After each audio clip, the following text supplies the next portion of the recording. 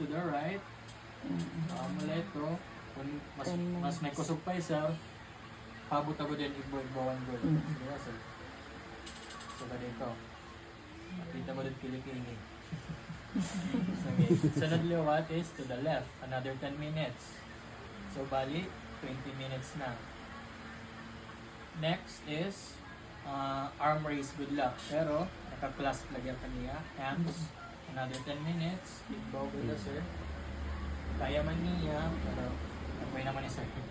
So, another 10 minutes. Bali, 30 minutes na kita ha. Yung upper body. Next na 30 minutes is lower body niya. Tatanihin mo on, heel slides it tawag.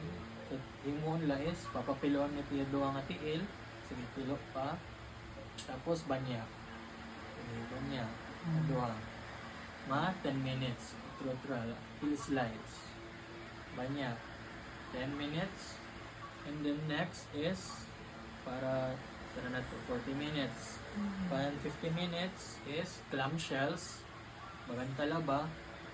Tahong na bukakalaya. 10 minutes.